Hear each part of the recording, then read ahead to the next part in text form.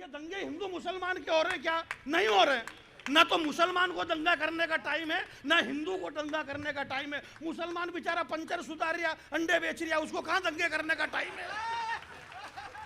ना हिंदू को टाइम है, वो हिंदू बेचारा अपना काम कर रहा। 26 साल हो गए हिंदुओं को कवि सम्मेलन कराते कराते, ये क्या दंगा करेंगे यार? ये दंगे करने वाले दूसरे हैं। जल्दी से आइए मेरे भैया, बहुत बढ़िया।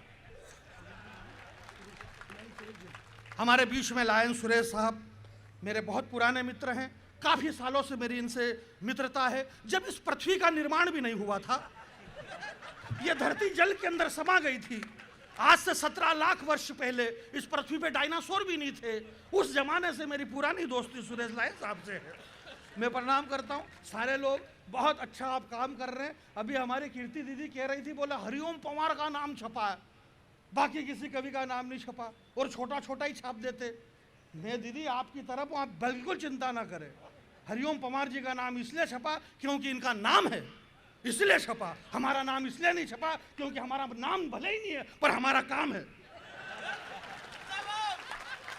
हम काम वाले लोग हैं।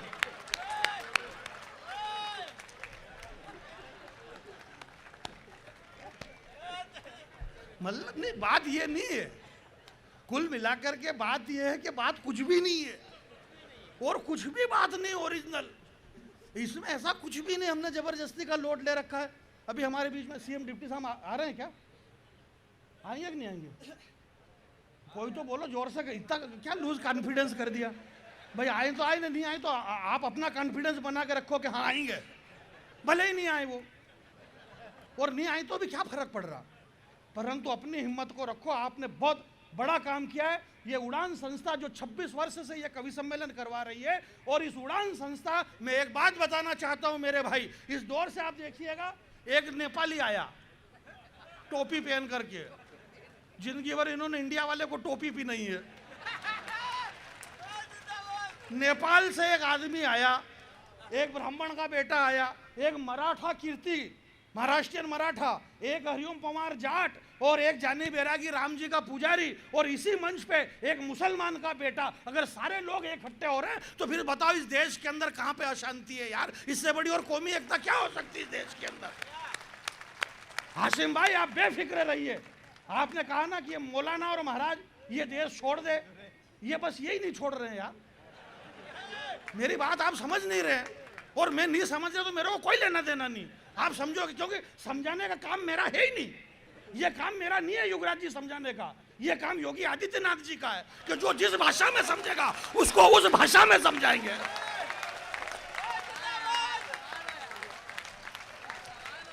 ये काम भाई जी सर। अरे वो सब ठीक है भाई साहब, शांति पकड़ो आप तो। न तो वो समझाई 700,000 करोड़ का कुंभ लगा, अच्छे अच्छे योगी संत साधु बैठे रहे, और वो एक ITI वाला बाबा गांजा पी के पूरा मंच लूट के चला गया। खाली पूरे सिंहासन में मोनालिसा की आंखें, जिधर देखो उधर मोनालिसा की आंखें। सनातन धर्म। इस बड़े मंच से मैं एक बात कहना चाहता हूं, मेरे बड़े आदरणीय बड़े विद्वान लोग और बहुत बड़े भामाशाह इस मंच पर बैठे हुए हैं। मैं क्षमा चाहता हूं, हास्य विनोद में कुछ भी कह सकता हूं। इन भामाशाहों की वजह से हिंदुस्तान का सनातन धर्म जिंदा है। जब अरावली की पहाड़ियों में दर दर महाराणा प्रताप जब भटक रहे थे, वो महाराणा प्रताप जब थकने लगे, उनके हौसले टूटने लगे, तब उन महाराणा प्रताप की अरावली की पहाड़ियों में पीछे से किसी ने कंधा थपथपाते हुए कहा कि हे प्रताप सिंह, तुम चिंता मत करो, ये संपूर्ण संपत्ति इस वतन के नाम पे, इस मेवाड़ के नाम पे वो आवाज लगाने वाला कोई भामाशाह का बेटा इन्हीं में से कोई रहा होगा। इन भामाशाह के बेटे को मैं प्रणाम करना चाहता हूँ, और इनकी ऐसी इच्छा है कि ये हमें प्रेम से भोजन भी करवाएंगे। युवराज जी ने कहा, बोले भोजन, अब मेरी क्या कि फ्लाइट है तो आप भोजन नहीं करा सकते, तो मेरे को अलग से 500 रुपये आप अलग से दे देना भोजन के। एक बात मैं बता रहा हूँ, बाकी ऐसा कुछ भी नहीं है यार। ये नेता लोग नेताओं के खिलाफ कविता पढ़ना एक और अलग से मुहिम चालू कर दिया। बोले नेता ये कर रहे हैं और भ्रष्टाचार कर रहे हैं और सड़क खा गए। आपको इससे क्या लेना देना? आप खुद की कैपेसिटी बढ़ाओ ना खाने पीने की। 10 करोड़ खा गए और 20 करोड़ और भ्रष्टाचार कर रहे और अन्याय कर रहे हैं। अरे भाई, अन्याय करना एक अन्य तरह की आय है। इस आय को हम अपने पास में सुरक्षित रखना चाहते हैं। हमारे राजपुरोहित जी कवि सम्मेलन के परमानेंट श्रोता हैं। ये जब मंत्री, ये जब नेता थे, विधायक थे तब से, अब आजकल ये विधायक नहीं है, पहले थे। पहले इसलिए थे क्योंकि पहले इनके अंदर एक ऐसी विधा थी, वो विधा यकायक आती है और यकायक चली गई। अब चली गई तो नेपाली के पास में बैठे हुए हैं।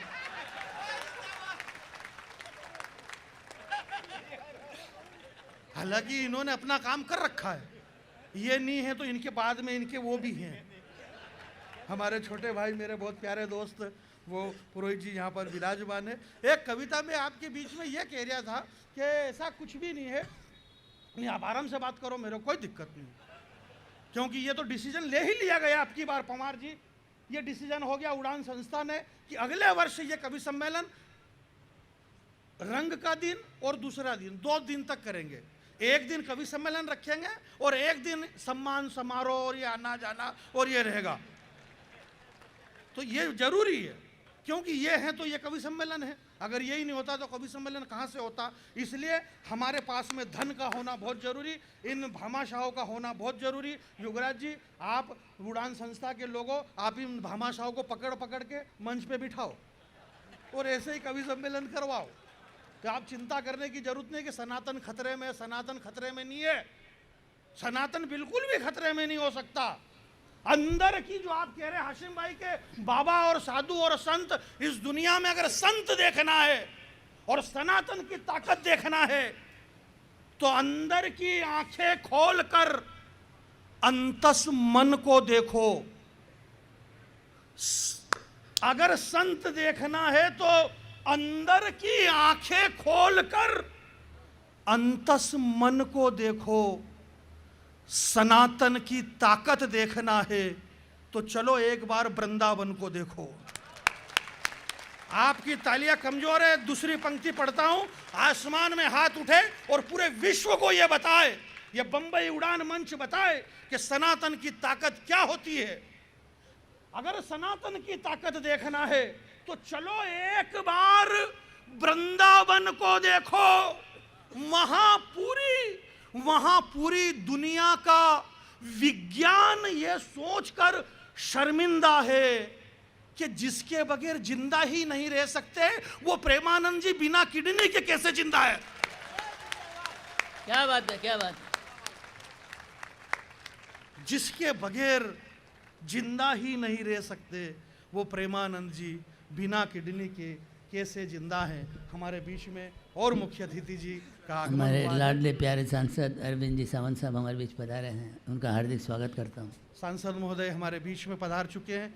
एक बार ये बंबई की जनता हमारे प्यारे लाडले को कितना, आदरणीय सांसद महोदय अरविंद जी सावंत साहब हमारे बीच में, हम हमारे सांसद को कितना प्यार करते हैं। एक बार पूरा सदन ताली बजा करके इस बात से अवगत कराए कि सांसद महोदय, आपको ये बंबई की जनता बहुत प्यार करती है और आप भी इस जनता से इसी तरह से प्यार करते रहो।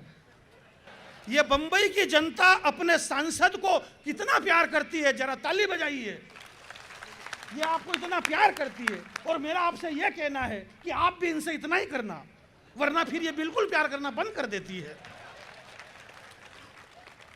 मैं प्रणाम करना चाहता हूं श्रद्धेय श्री बाला साहब ठाकरे की। कहीं पंच तत्व में कहीं वो आत्मा ऊपर से देखती रहेगी तो शायद उन्हें गर्व होता होगा कि मेरा एक अनुयायी आज देश की रक्षा के लिए इस हिंदी साहित्य के मंच पे, उड़ान के मंच पे हमारे सांसद महोदय विराजमान है। मैं आपको प्रणाम करता हूं, बहुत बहुत धन्यवाद। बाकी लेना देना कुछ भी नहीं है। जैसे कि आप टीवी खोलो तो ये जो चैनल वाले हैं, टीवी जैसे ही खोलो तो रूस और यूक्रेन का युद्ध, रूस धड़ाधड़ बम पे बम फेंक रहा, मिसाइल है, बम, बस धुआं ही धुआं। तो जब रूस के राष्ट्रपति को पता चला, पुतिन साहब को, तो उन्होंने उस चैनल वाले को बुलाया, बोले इधर आ। बोले कितने दिन से फेंक रहा ये बम। बोले तेरे को मालूम होना चाहिए कि मेरे खुद के पास अब खत्म हो चुके हैं ये, अब तो फेंकना बंद करिए। तो उस चैनल वाले ने कहा, बोले तुम्हारे पास खत्म हो गए, उससे मेरे को क्या लेना देना, मैं ये बम तब तक फेंकता रहूंगा जब तक आलिया भट्ट को सेकंड डिलीवरी नहीं होती है। मुझे भी मेरा काम चाहिए कि नहीं चाहिए। इसलिए सब अपने अपने काम में लगे हुए हैं और हमें अपना काम करते रहना है। और हमारा काम यही है कि कोई आपको सही के या गलत के, आप इस बात की चिंता मत करना। जो 26 वर्ष से ये हिंदी का कवि सम्मेलन करवा रहे हैं आप, हिंदी हमारी राष्ट्र भाषा ही नहीं है बल्कि हिंदी हमारी माँ भी है और आप हमारी माँ का अनुष्ठान करवा रहे हैं। इसलिए हम पूरी संस्था का, श्रद्धेय श्री हरिओम पवार जी की तरफ से हम संस्था का धन्यवाद ज्ञापित करते हैं। और इस तरह से हम हर रोज रात को हर संस्था का धन्यवाद ज्ञापित करते हैं, जो कि आपका भी करा। मैं आपके बीच में एक बात करूं, नहीं देखो क्या है कि सबका अपना अपना काम है। बहुत सारे लोगों ने कहा बोले अयोध्या में राम मंदिर बना, बोले उससे क्या रोजी रोटी मिल जाएगी, राम मंदिर से क्या रोटी मिल जाएगी। मैं भी इस बात से सहमत हूं कि राम मंदिर के बनने से क्या रोटी मिलेगी, रोटी नहीं मिलेगी। परंतु जिसको रोटी की फिक्र है वो मंदिर के आगे कटोरा लेके बैठे, उसको रोटी मिलेगी।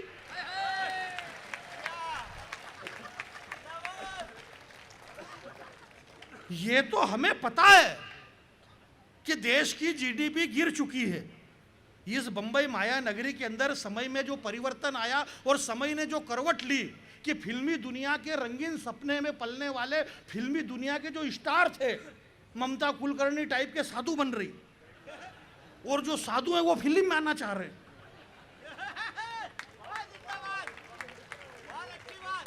आप लोगों को ताली बजाना है और बीच में से कोई जाए ही नहीं। जो आ रहे हैं उनसे मेरा निवेदन है कि आ जाए और पीछे से कोई जाने की कोशिश ना करे। और जाना है तो आप एक एक करके जाना है। आप 5-5, 10-10 लोग एक एक साथ उठ के मत जाना। पढ़े लिखे लोग हैं। जनरल डायर ने जलियांवाले बाग के अंदर गोली कांड किया, सैकड़ों लोग मर गए, झुंड के झुंड। कौन कौन मरा उनके नाम भी मालूम नहीं है, परंतु भगत सिंह, सुखदेव, चंद्रशेखर आजाद ये सब एक एक करके गए। पूरा देश उनको आज भी पूज रहा है। आपको जाना है, आप एक एक करके जाइए। आप 10-10, 20-20 एक एक साथ उठ करके मत जाना। मैं ये कह रहा था आपके बीच में कि अब लगभग माहौल पूरा शांत हो। जिसको आना था वो आ गए हैं, जिसको जाना है वो चले गए हैं। धीरे धीरे आना जाना का जो क्रम है वो अब हिंदुस्तान में ख़त्म हो चुका है। भाजपा वाले को, जितने को कांग्रेस वाले को भाजपा में आना था वो आ चुके हैं। अब उधर ही कोई नहीं बचे है। इन भाजपा वाले को राहुल गांधी जी को धन्यवाद देना चाहिए कि आपका बहुत बहुत धन्यवाद। वरना मान लो जिस दिन राहुल जी भी कह देंगे कि मैं भी भाजपा में आऊँ, अगला आदमी इतनी मेहनत कर रहा है, इतनी मेहनत कर रहा है। 4000 किलोमीटर की यात्रा भारत जोड़ो आंदोलन अगले ने निकाला। क्या बात कर रहे हैं आप यार। कन्याकुमारी से लेके कश्मीर तक 4000 किलोमीटर सुबह में 4 बजे उठ करके एक टी शर्ट में दौड़ रहा है और दौड़ दौड़ करके देश जोड़ रहा है। भारत जोड़ो यात्रा। बस दिक्कत यह है कि वो टूटा किधर से और जोड़ किधर से रहे। सुबह 4 बजे उठ के दौड़ रहा अगला आदमी। अच्छा, दौड़ सकता है क्योंकि उनकी उम्र है दौड़ने की। ये बात मोदी जी को पता चली कि ये क्या हो रहा है। बोले भारत जोड़ा जा रहा है। बोले कैसे जोड़ा जा रहा है। बोले दौड़ दौड़ के जोड़ा जा रहा है। अब मोदी जी की उम्र हो गई, वो इस उम्र में दौड़ भी नहीं सकते हैं। तो बोले क्या किया जाए। बोले दुनिया में सबसे ज्यादा तेज कौन दौड़ते हैं। बोले चीते। बोले लाओ अफ्रीका के जंगल से चीते। 22 चीते लाए। 22 दिन तक चीते दौड़े। दिन रात चैनल वाले ने चीते दौड़ाए। अफ्रीका के जंगल से 22 चीते लाए गए। ये 22 चीते अफ्रीका के जंगल से आए हैं। चीते इतने दौड़े कि चीते की ईमानदारी थी कि वो टेलीविजन से बाहर नहीं कूदे। खूब दौड़ा है। चल रहा है भैया, सब अपना अपना काम कर रहे हैं। ये तो सबको पता है। मैं मेरा समय कम देता हूँ, कम करता हूँ, इसलिए कम करता हूँ कि आप विद्वान लोग हैं। एक बात मेरी ध्यान से सुनना। पूरा रामचरितमानस पढ़ लेना, वाल्मीकि रामायण पढ़ लेना, कंब रामायण पढ़ना, आनंद रामायण पढ़ना, भागवत पढ़ लेना, सारे शास्त्र पढ़ लेना। जब लक्ष्मण को शक्ति लगी तो हनुमान जी संजीवनी बूटी लेकर के आए। लक्ष्मण जी ठीक हो गए, मेघनाथ को मारा, राम जी राजा बन गए, सब कुछ ठीक ठाक हो गया। पूरी रामायण में ये कहीं भी लिखा हुआ नहीं है कि लक्ष्मण जी ने ठीक होने के बाद हनुमान जी से ये कहा कि तुम्हारा बहुत बहुत धन्यवाद। इसलिए उड़ान संस्था के लोगों, आप इस बात की चिंता मत करना कि कोई आपको धन्यवाद दे या न दे। आप आपका काम सतत जारी रखना। हनुमान जी को कोई धन्यवाद दे या न दे, हनुमान जी आज भी अपना काम जिंदा रखे हैं। अष्ट सिद्धि नवनिधि के दाता वो अपना काम कर रहे हैं। इसलिए आप इस लोक संस्कृति को जिंदा रखना।